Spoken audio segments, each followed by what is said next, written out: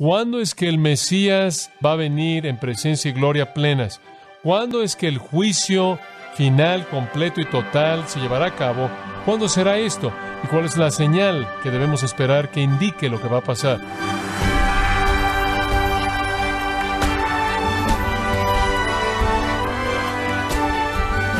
Gracias por acompañarnos en este subprograma, Gracias a vosotros, con el pastor John MacArthur, dando así inicio al año de misión, un año nuevo, el 2020, para servir a usted, nuestro estimado oyente. Y entonces nosotros podemos decir que las noticias son acerca de muchas cosas, las que recibimos cada día: terremotos, tsunamis, hambrunas, conflictos entre naciones y guerras.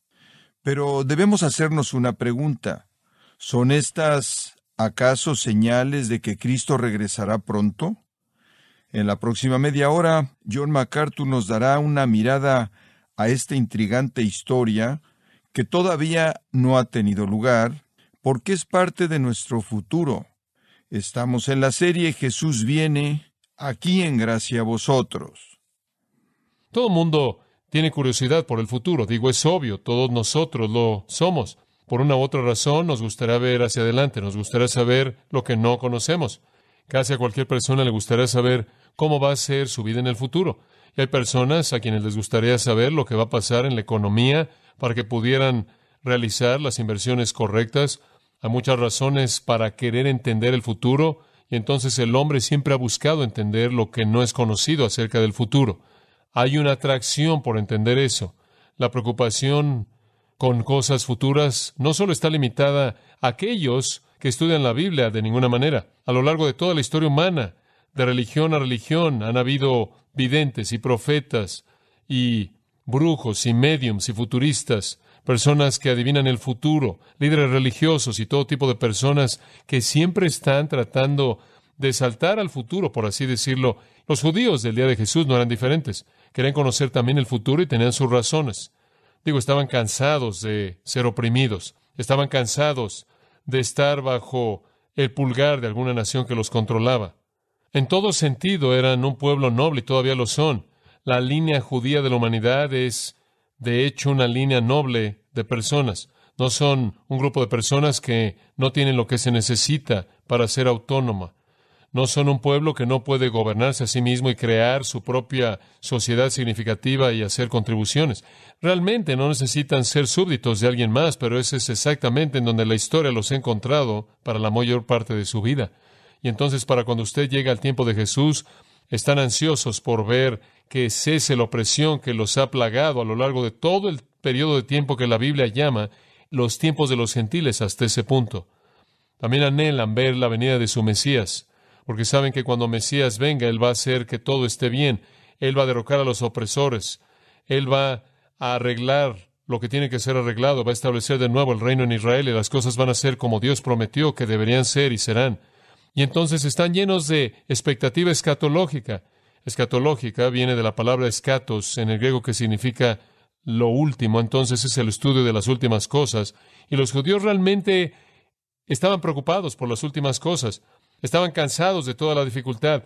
Habían experimentado la opresión asiria cuando fueron llevadas las 10 tribus del norte. Habían experimentado la cautividad babilónica cuando el reino del sur, Judá, fue llevada cautiva.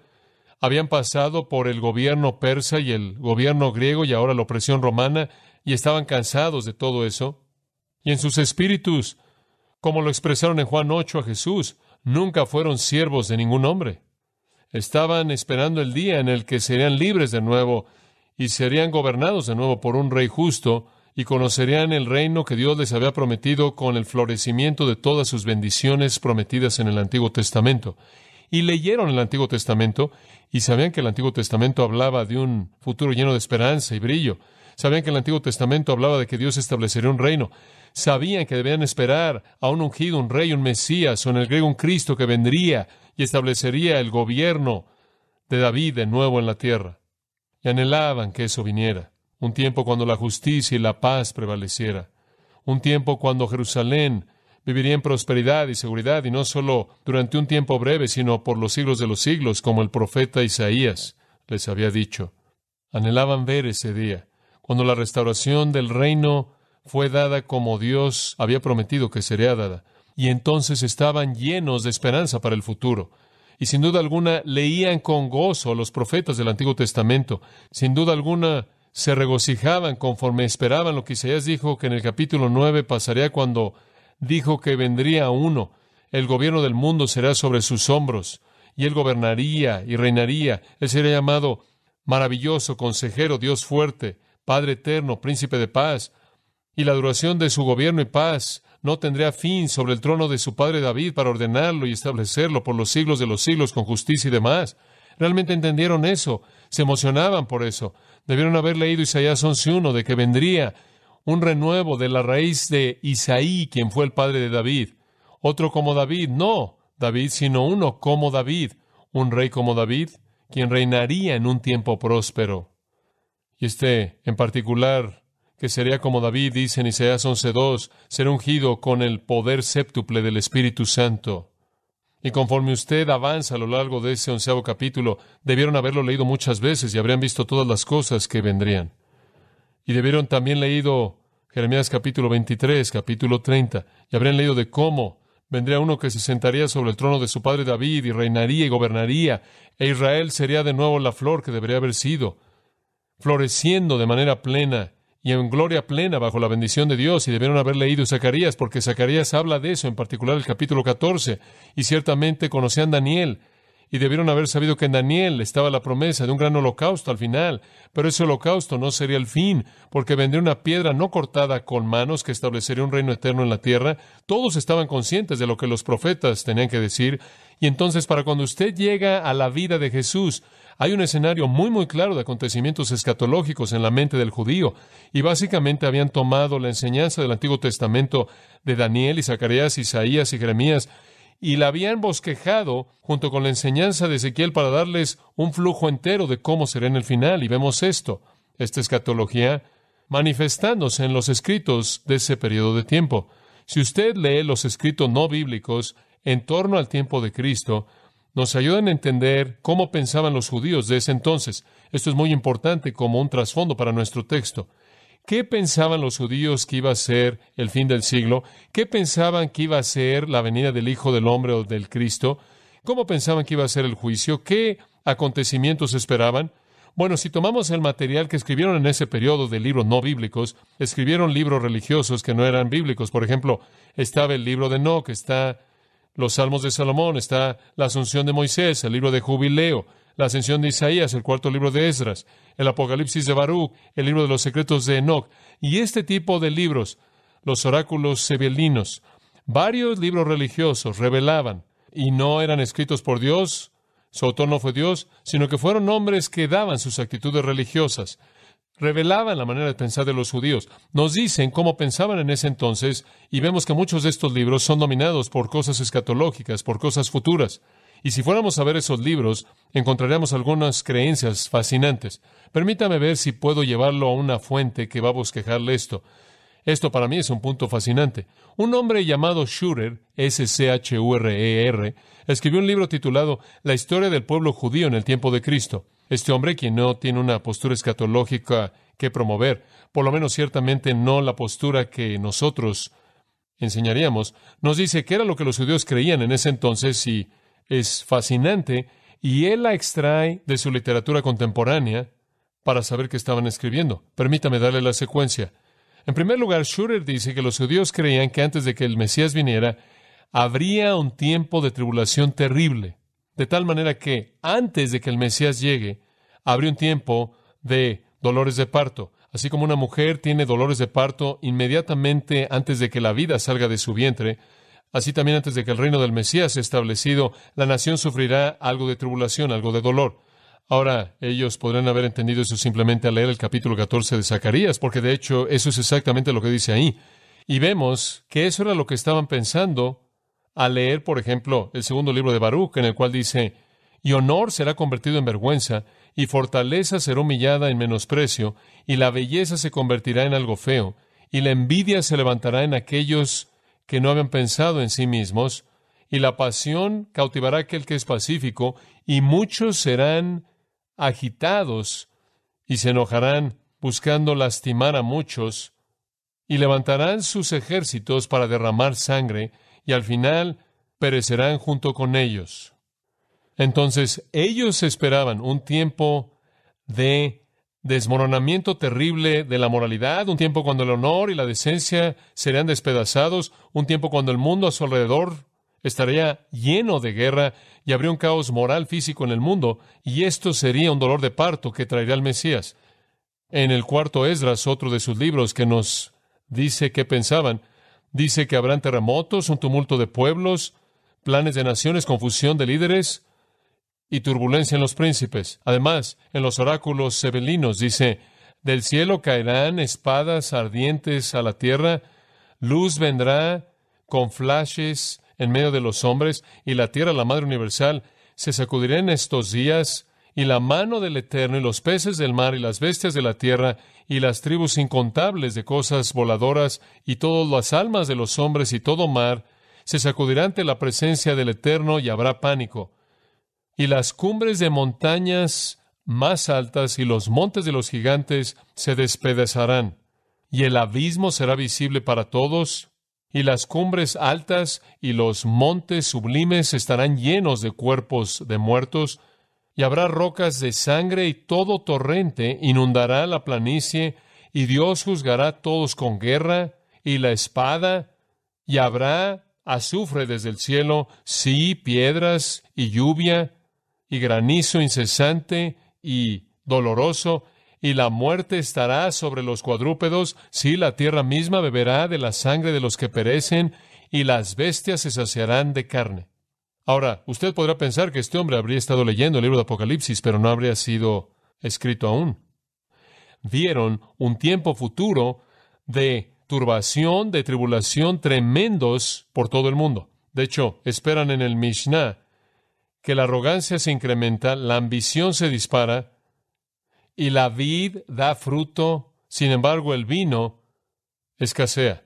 El gobierno se vuelve a la herejía, no hay instrucción, la sinagoga está entregada a la impiedad, Galilea es destruida, Gablán desierta, los habitantes de un distrito van de ciudad a ciudad sin encontrar compasión, la sabiduría de los eruditos es odiada, el piadoso es menospreciado, la verdad está ausente, los hombres insultan a los hombres mayores están en la presencia de los niños, el hijo menosprecia al padre, la hija se rebela en contra de la madre, la nuera en contra de la suegra, y los enemigos de un hombre son sus compañeros en casa. Eso es del Mishnah. Ahora, no lo sabían, pero eran premilenialistas, esperaban la tribulación. Entonces, un tiempo que precedía la venida del Mesías sería un tiempo de turbación alrededor del mundo.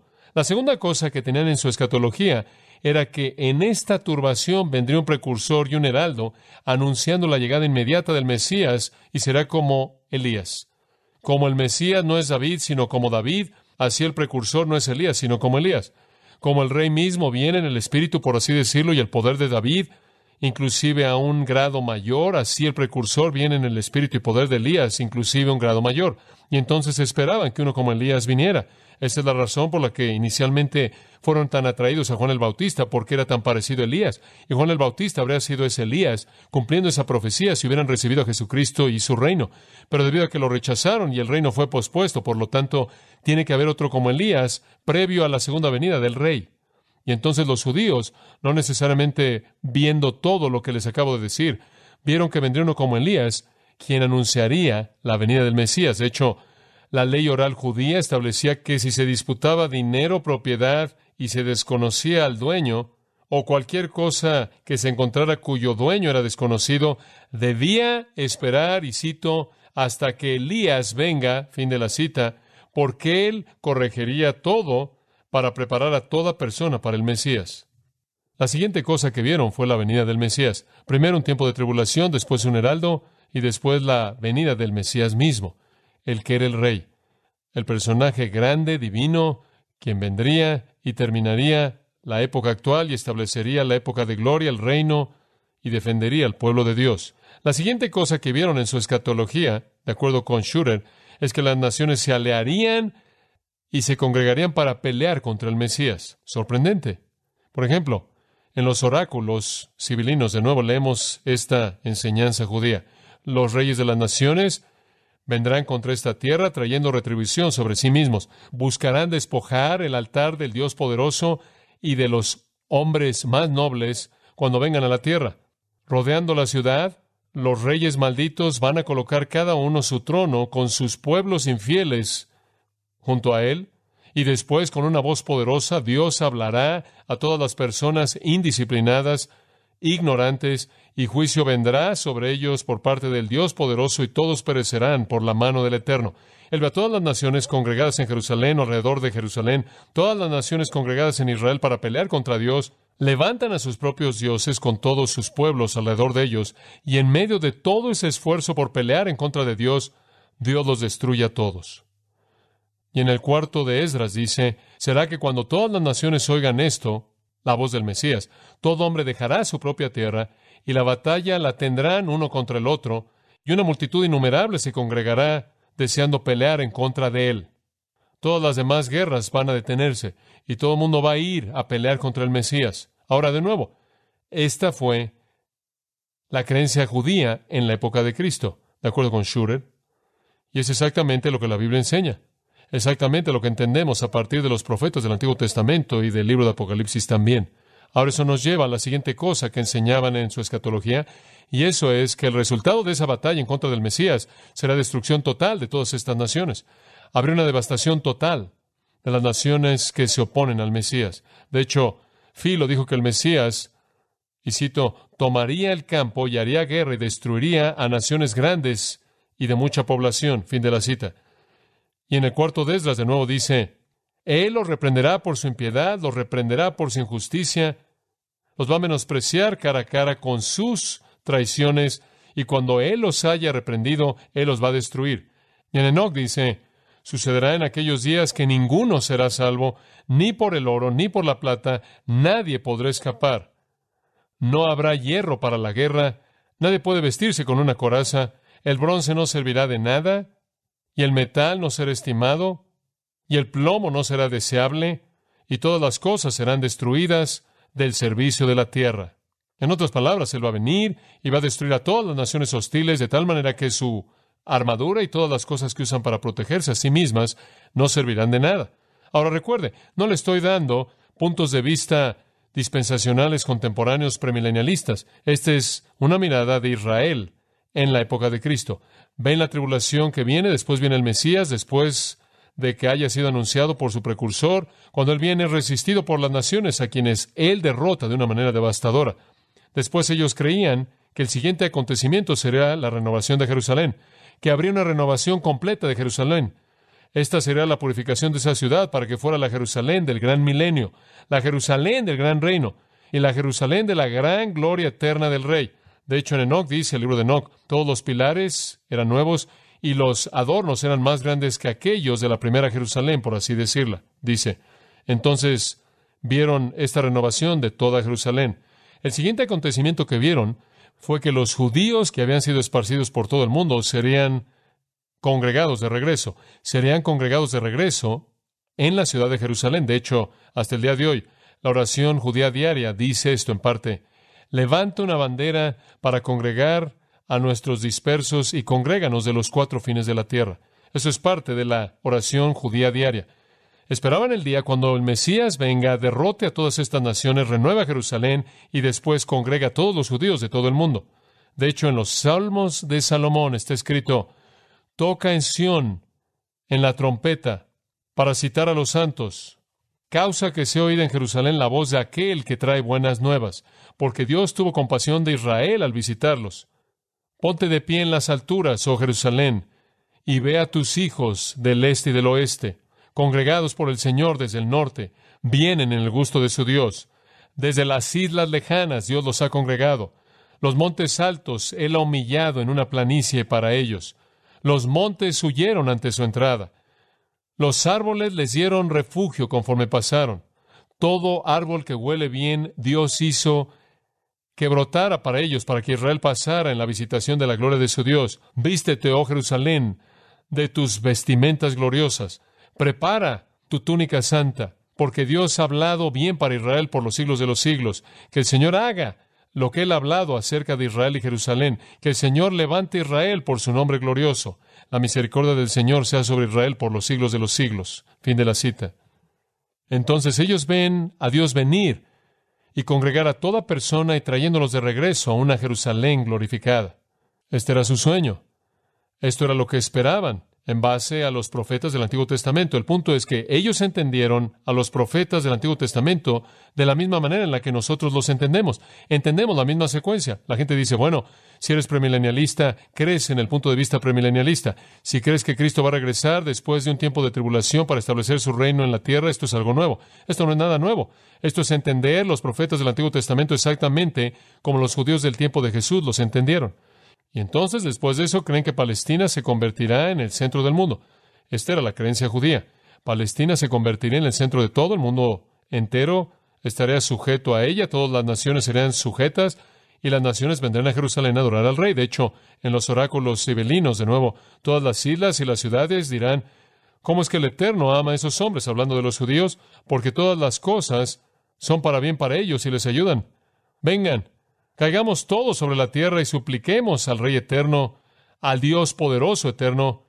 Realicemos la procesión a su templo, porque Él es el potentado del alma. Entonces ellos creían que el mundo entero se iba a volver súbdito del Mesías, se iba a venir a Jerusalén a adorar a ese Dios.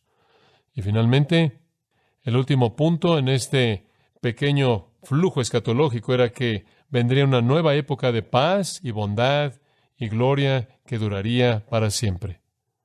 Ahora, en eso vemos el punto de vista escatológico de los judíos de la época de Jesús. Creían que vendría un tiempo de tribulación, un tiempo de dificultad, un tiempo de problemas. Y después vendría un heraldo para anunciar la venida del Mesías. Y después vendría el Mesías. Y cuando el Mesías viniera, las naciones de la tierra se congregarían para pelear en contra de Él, y Él las devastaría y las destruiría.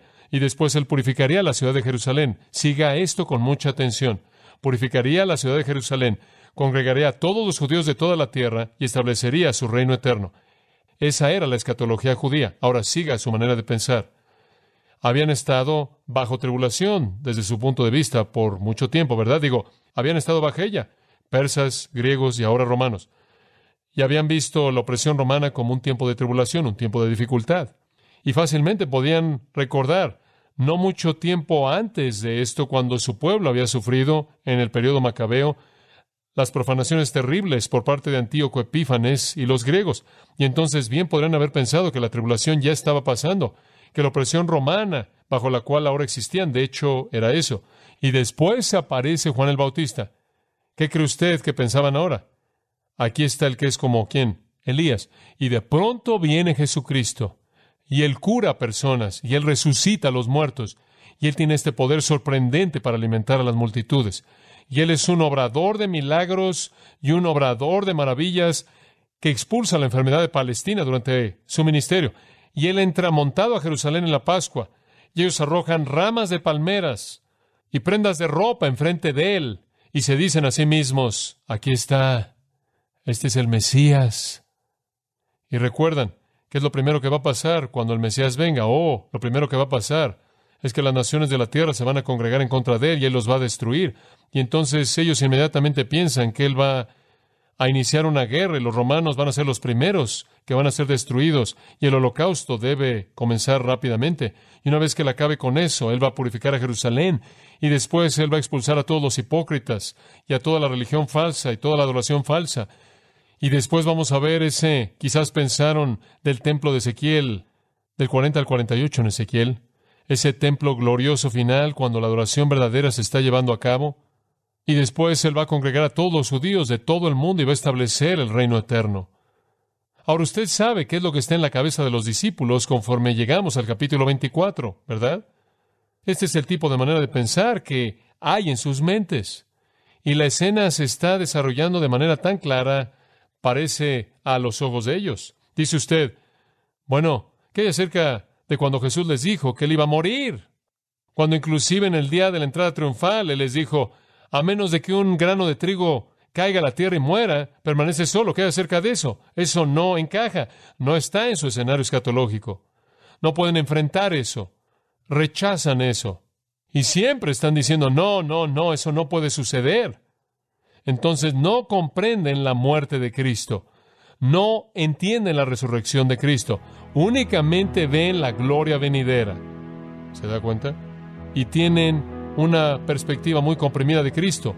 Ven que todo va a pasar cuando Él venga la primera vez. No entienden lo que entendemos. Él vino una vez y ahora tenemos un periodo largo de tiempo, ¿verdad? Hasta que Él regrese. Los profetas del Antiguo Testamento no vieron eso, no hablaron de eso, simplemente vieron a Cristo venir y todo iba a pasar. No vieron el elemento de tiempo ahí. Esa es la razón por la que llamamos eso un misterio, porque no fue revelado en el Antiguo Testamento. De hecho, Pablo llama al Nuevo Testamento entero un misterio escondido desde los siglos pasados, porque presenta un periodo de tiempo no visto previamente. Misterio refiriéndose a aquello que estaba escondido. Entonces el profeta del Antiguo Testamento vio que todo iba a pasar en un momento y así lo veían los discípulos.